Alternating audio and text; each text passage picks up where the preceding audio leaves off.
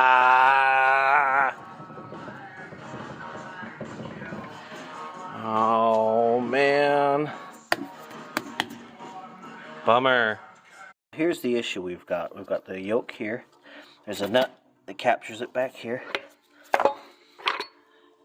And that's the shaft there. This seems like it got a little worn out from a spun bearing. And there's a bit more end play on there. Now we can bring this in and put it on there.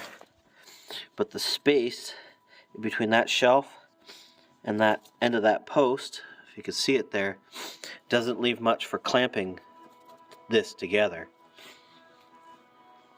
And so what happens is that this will walk around because the clamping force isn't enough to keep this from walking around. Now there's two options. We can clamp it more and keep this together, but I think it'll still work a little bit. So what we need to do is build up this shaft so that it fits the diameter a little bit more appropriately.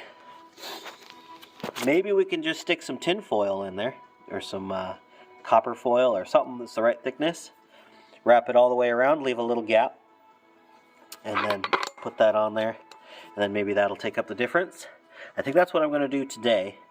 Now this is just a spare bearing. There's one already in there, and this is a replacement one itself, and it's doing okay. I don't think that the bearing itself and the housing is bad. I think it's just this shaft end play here. So we'll throw some foil in there, see if we can't get this remounted. All right, here's our solution, temporary permanent solution. All right, I'll try to do this with one hand.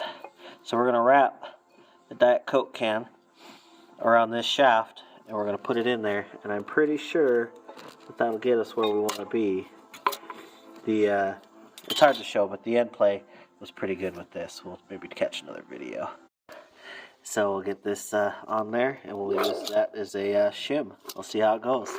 All right, so it's a little tough to see, but there's a little bit of the material coming out the end, and I cut it a fair amount smaller, so it's been pushed out a little bit. But I think that the far end is actually the side that I'm the least worried about, so we'll just tighten this up, and I think that this material, aluminum material, will just crush, and I'm hoping that gets us there. So the castellated nut won't fit, so we need some washers in there. We'll take that yoke off there and see what how far we've got in there. We might still need a spacer, but the wheel does not have as much play in it. Tighten it with a bunch of ugga-duggas, and there's a bit of room before that face, so I think it'll be just fine. Aluminum can, here we go.